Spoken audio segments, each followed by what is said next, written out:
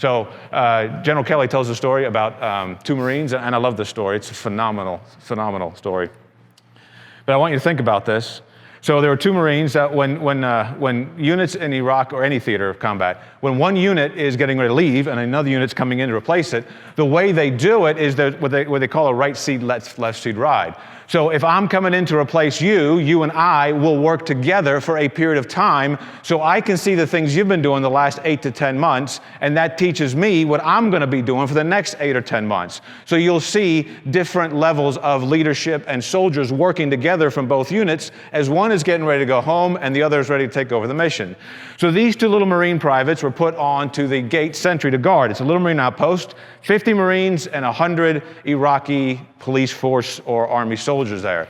And so they're in this place, and there's one Marine that is getting ready to leave. He's about 21 or 22 years old. He's with the leaving unit, and then a Marine from the incoming unit, about the same age, 20 to 22 years old. They are told to guard the gate. It's their turn, so there's one from each unit there. They don't know each other. They've never met each other. They know nothing about each other until that moment in time when they were both placed on guard duty, and they were told nothing gets through that gate unless it's authorized.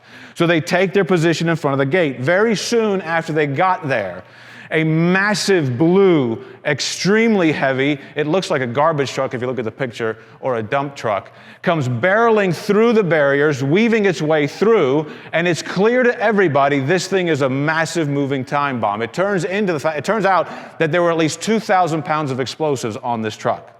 Its intent was to break through the gate, get inside, and explode in the compound, right? And kill everybody in there, all 150 people. So the Iraqi forces are pouring fire into it, and it's nothing working. It's about 6 seconds from when he entered the alley to when he got to the gate to pull the trigger. The two Marines are there. They don't know each other. They've just met each other. They barely know each other's first names. They've been together a few minutes, literally, when this truck comes barreling in. Now, as it comes through, the Iraqi forces are shooting fire into it. Nothing's working, nothing's working, nothing's working. General Kelly said he couldn't figure out why it stopped.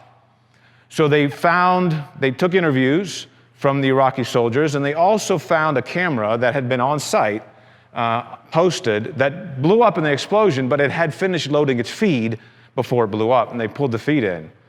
And what they saw was as soon as that thing, they recognized what it was, those two Marines, they leaned into it, and they started firing into it. It kept coming, it kept coming, it kept coming. At some point, the Iraqi soldiers realized this is not working, and they scattered, they ran.